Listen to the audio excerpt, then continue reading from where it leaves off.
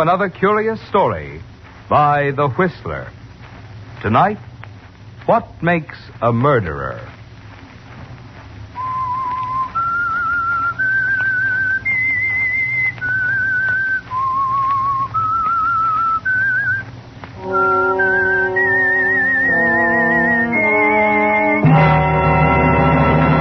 I am the Whistler, and I know many things, for I walk by night. I know many strange tales hidden in the hearts of men and women who have stepped into the shadows. Yes, I know the nameless terrors of which they dare not speak. Murder is a peculiar affair. All it needs in many cases is the right pressure, the right set of circumstances, the right opportunity. And an otherwise respectable member of the community becomes a killer. If you tried to explain that to Arthur Winslow, he wouldn't have understood. If you told him he was in a fair way to become a murderer in a few months, he would have looked at you strangely. For Arthur was respectable, solid, exactly like 100,000 other respectable, solid Jersey commuters. His life was a pretty drab affair. Part of it was the office, J. Simmons and Company, investment brokers. Light 7 1/8, no change. 7 1/8, no change. American Tell and Tell 179 1/8, off an 8. AT&T 179 1/8, off an 8. American Tobacco 77, up 1. 77, up 1. Better leave it there, Arthur. 5 o'clock. Got to make that 5:19.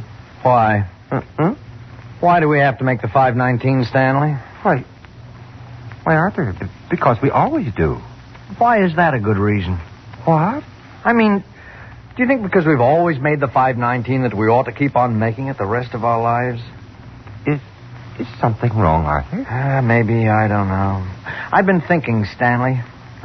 For 10 years now, you and I have been analyzing investment securities 8 hours a day, catching the 5:19 every night, arriving home in East Orange promptly at 6:22, kissing our wives at approximately 6:50, eating dinner at exactly 7, reading the evening paper, and then going to bed. Well, it's a little like death, isn't it, Stanley? what in the world gotten into you, Arthur? I've got a book here. Hey, take a look. Book? That's a novel. Got me to thinking.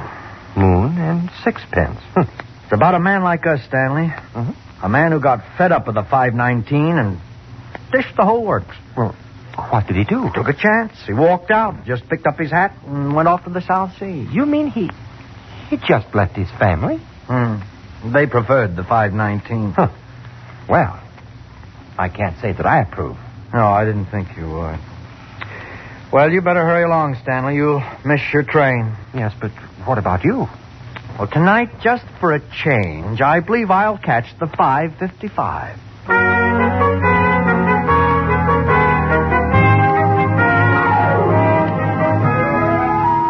Just for a change, Arthur, after 10 years. You walk slowly down Broad Street, deliberately casual, noticing the swarms of hurrying commuters objectively, as if for the first time. It's pleasant strolling along like this, taking your time, stopping to look in a window now and then. Finally, you stop at a cigar stand. Have you got a pack of cigarettes? Well, if you can smoke them. Yeah, here. 18 cents. 25 and 50. Thanks. Yeah. Say, what's that back there? Oh, you interested in the bangtails? Huh? Bangtails, horses. Opening a Pimlico tomorrow. Hey, come here. Sure. Now, there's the board. Take your pick. Current odds in this column. Pink Lady. Mike the Third. Big Bonanza. Moon and Sixpence. Hey, what's that, Moon and Sixpence? Top horse in a parlay. Don't know nothing about them, though. Parley, what's that? You don't know what a parlay is? No, I don't. Oh, well, okay. Well, in that parlay there, you got 3 horses, see? Yeah. Now, you put your dough on Blue Bonnet in the first. If he comes in, the dough goes on Glowworm in the second. If he comes in, the works rides on Moon and Sixpence in the third. Get it? But that's almost a year's salary, and you're holding it right in your hand. You just walk the streets for an hour or two, thinking, gradually realizing what happened. It can mean a new car, new dresses for Ethel, and more of the same. Or it can mean... Yes, Arthur, if you took a chance. It's crazy, it's wild. But if you act before you think... You walk into a phone booth in the financial center lobby. The South Seas. No more figures. No more 519. Hello? Brighton Travel Agency? I'd like to inquire about a reservation to, to Florida. Yeah. The name? Oh, yes, the name is, Charles White.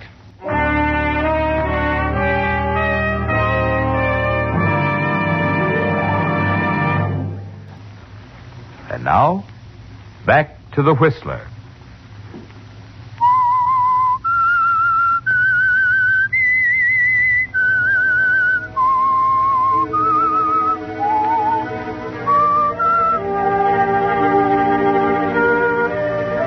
Yes, murder can strike anywhere, even among quiet, drab little people like Arthur Winslow. He has no way of knowing it, of course, as he buys a first-class reservation on the train to Florida. His only thought now is that this will be escape at last. New clothes, new luggage, a new name, and a new life. No 519 tonight, Arthur. It's the 7:30 to Florida and Waypoint. Last call for dinner. Last call for dinner. Oh, which way is the dining car, waiter? Yeah, sir. 3 cars back. Oh, thank you. Better hurry along. Last call for dinner. Okay. I'm sorry. Oh, that's quite all right. It isn't either. I wasn't looking. Well, neither was I. Where is it? What? The book. Book. Oh, yes, the book. I knocked it out of your hand. Must be down here on the floor. Oh, here, let me. It's probably down under the No, seat. let me see. I can... Oh, I bumped my head. Oh, too bad. Look at the gum under here. Did you get it? Last year's timetable. I've wanted one for ages. oh, wait a minute. There it is. Where? To the right, just a little, under the seat. Here, let me... No, let me get this. Here we are. It's a fine thing getting yourself all dusty that way. Turn around. Oh, thanks. Moon and Sixpence. There we are. That's a little better anyway. Wonderful, isn't it? Moon and Sixpence. I loved it. Oh, yes, I haven't quite finished it, of course. Do you believe it? I mean, do you think it's right? You mean to toss everything over and take off for the South Seas? If you don't mind, pal, while you're going to the South Seas, I'll go to dinner. Oh, I'm sorry, sir. Excuse me. We seem to be holding up traffic. We do, don't we? Matter of fact, I was just going into dinner myself. So was I. Well, would you consider... Why not? Yes, why not?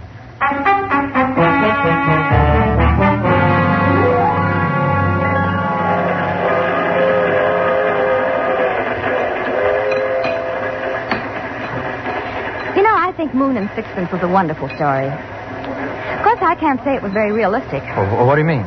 Well, I admit it was convincing, but when you stop to think about it, this running away business. Oh, you don't believe in it, huh? Well, after all, running away is no solution. Well, sometimes there's nothing else to do. He could have stuck it out. You mean licked it if it took the rest of his life? Yes. Well, all right. All right, he licks it. He's found happiness at last, and he's 70. Mm-hmm. Is that all there is to life? Well, I haven't seen too much of it yet. I know it sounds cowardly, but I think there are times when sticking it out for 20 years is wrong. Time doesn't wait, you know. We beat our heads against a wall day in, day out. We're tied down to a deadly routine. And then the first thing you know, it's too late. No, I think running away is better than that, don't you? I did once.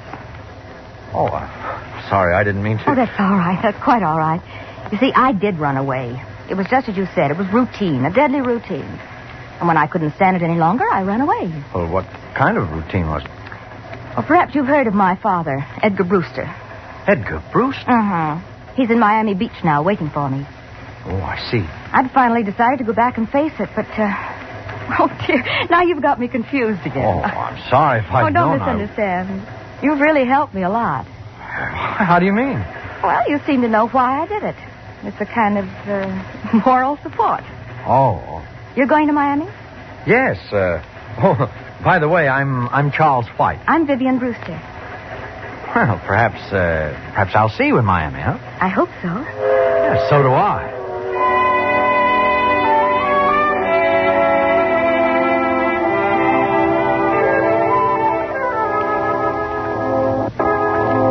The daughter of Edgar Brewster. It's fantastic, isn't it, Arthur? You talked with her, had dinner with her.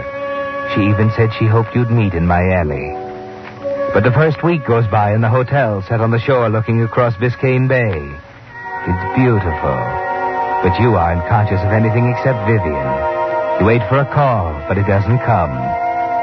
You begin to realize how ridiculous it is. Of course, she's forgotten about you. You were just someone to talk to, a traveling companion. You can't hide the Jersey commuter under that Palm Beach suit. And then...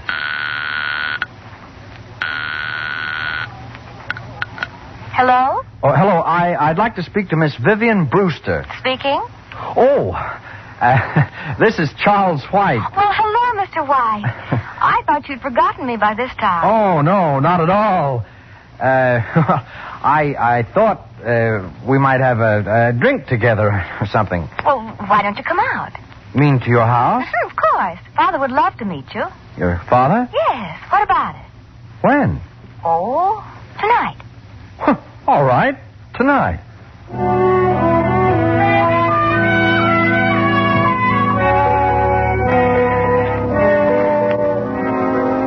Well, Arthur, you can hardly believe it, can you? A few days ago, an obscure clerk.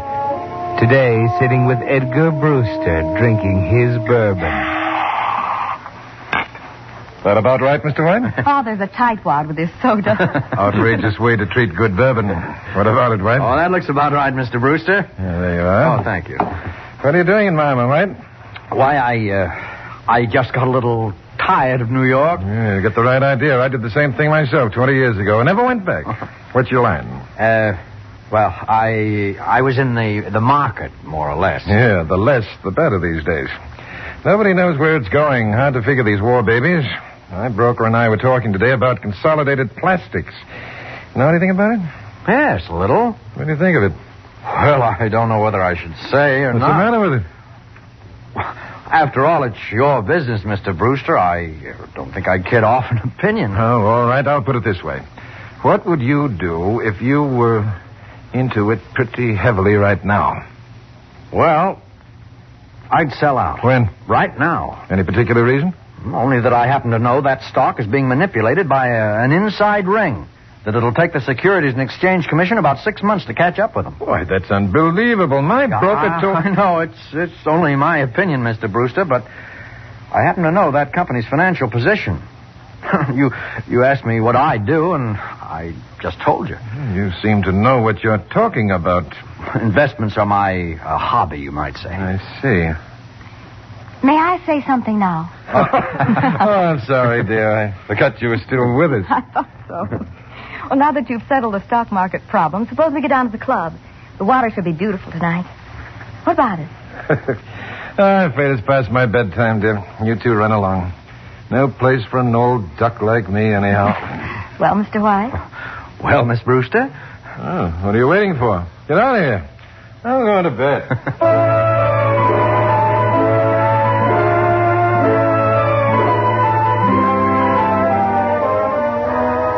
And that was the beginning, wasn't it, Arthur? That $1,800 was a magic door opening up a thrilling new life for you. And incidentally, bringing you closer to murder. The next 3 weeks passed like a dream. More nights at the beach club, dancing in the open under the stars, with Vivian in your arms. Vivian. Yes? Vivian, why is it you've never asked me about myself, my background, where I came from? Oh, I don't know. Maybe because it doesn't matter. You know, I wasn't going to tell you, but I think perhaps I'd better. Will it make any difference? About us? Yes. Uh-huh.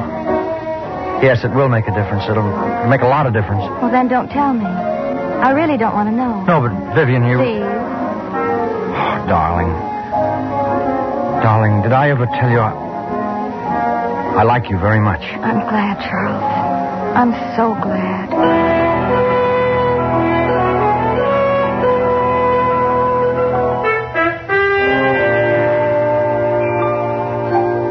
You were in love, Arthur, and for the first time in your life, you knew what it really was. Mr. Brewster began to concern you. He'd never approve in a million years. Or you thought so until that evening he dropped up to your hotel room with a copy of the Financial Journal in his hand. Look at that, Charles. Well, what is it? Don't ask silly questions. Look at it, man. I thought so. Consolidated Plastics, snowed under and selling rush. Oh, I'm sorry, Mr. Brewster. I'm not. Oh, what do you mean? I took your advice. Sold out 3 weeks ago. I saved myself $100,000. Well, congratulations. Don't congratulate me. You're the one who deserves it. Do you mind if I sit down? Oh, of course not. Here you are. Yeah, thank you. Would you be open to a proposition, White? What kind of proposition? Oh, I realize you probably have other interests, but I could make it worth your while, I think. There are 2 considerations. Yes? The first is the plain fact that my affairs are getting a little beyond me. As you know, I'm retired and haven't time to look after them properly. I think you're the man to take over. But, Mr. Brewster, I'm a businessman. If it weren't a profitable deal for me, I wouldn't think of it. I see. What's the other consideration? I believe you're aware of that already. Vivian. You approve? I do. May I have time to think this over? Of course. Just let me know in a day or so.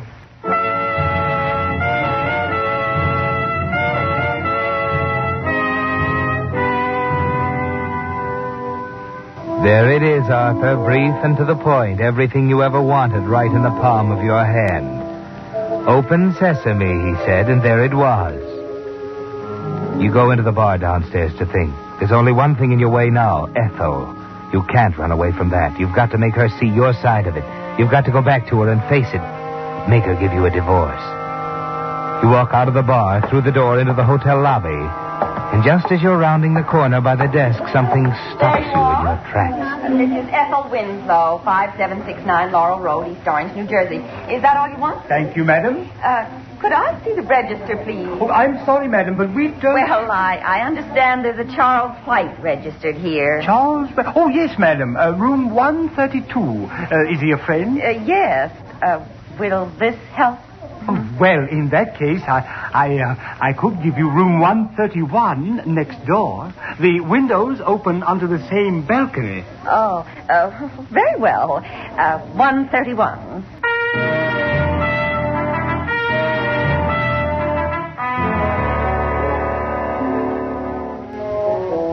It was too good to last, Arthur. Just a beautiful dream, and you're just waking up. It's all over. Go back in the bar and think. Ethel, your wife, here. She's found you. And she'll never let you go, will she? You know her too well, Arthur. Cold, calculating, heartless. She'd laugh at you, wouldn't she? Yes, sir? What'll it be? Bourbon, straight. Right. Just leave the bottle.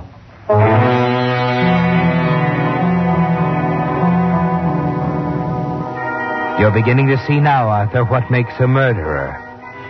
You couldn't get away from her. Just as Vivian said, you can't solve anything by running away. All you get is a build-up to nothing. Whatever made you think you could talk her into a divorce? There's no other way out, is there, Arthur? You sit in the friendly darkness of the bar all afternoon, late into the evening, thinking. It's almost 11 when you make up your mind. There's a phone booth near the door.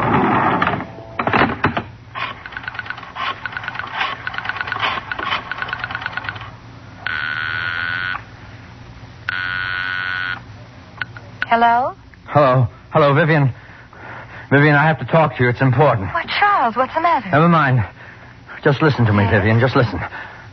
I'm a phony.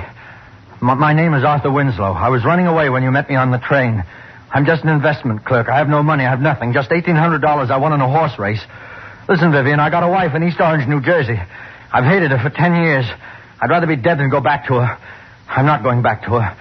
I'm telling you this, Vivian, because I love you more than I ever dreamed I could love anyone. And I probably won't ever see you again. Goodbye, Vivian.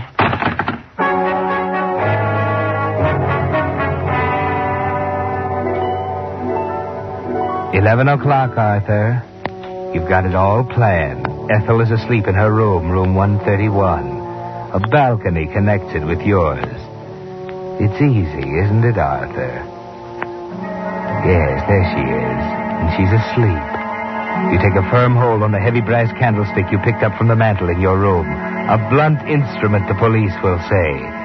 You can hardly breathe, Arthur. Your stomach is full of ice water. You feel your heart's going to burst. Careful, Arthur. Careful.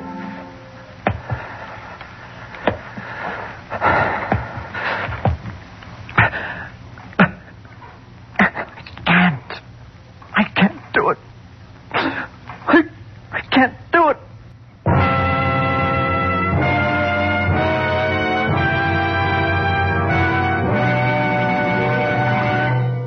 The Whistler will return in just a moment with the strange ending of tonight's story.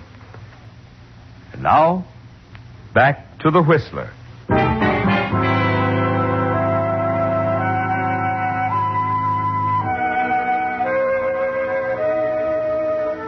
No, Arthur. When the cards were down, you couldn't do it.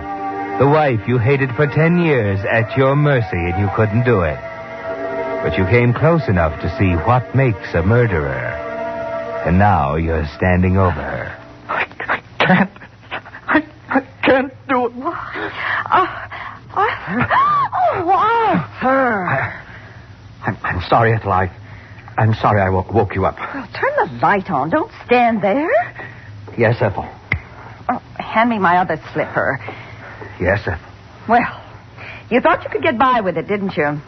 No, Ethel, I didn't. Don't deny it. I know what's been going on, and I can prove it, you philanderer. Ethel, I tell you... What did you say? Well, I have a complete report on your activities for the last month. You weren't very clever, Arthur. The detectives say you left a trail a child could follow. What are you getting at, Ethel? Charles? Listen, there's someone knocking on your door. A woman. Ethel, come back. Where are you going?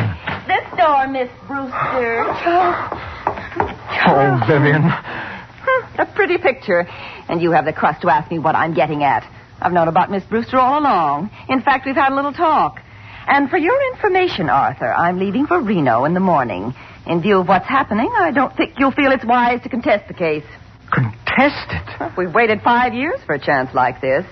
We? Mr. Dinwiddie and I? Mr. Dinwiddie. Mr. Dinwiddie. Arthur, what in the world were you doing with that brass candlestick?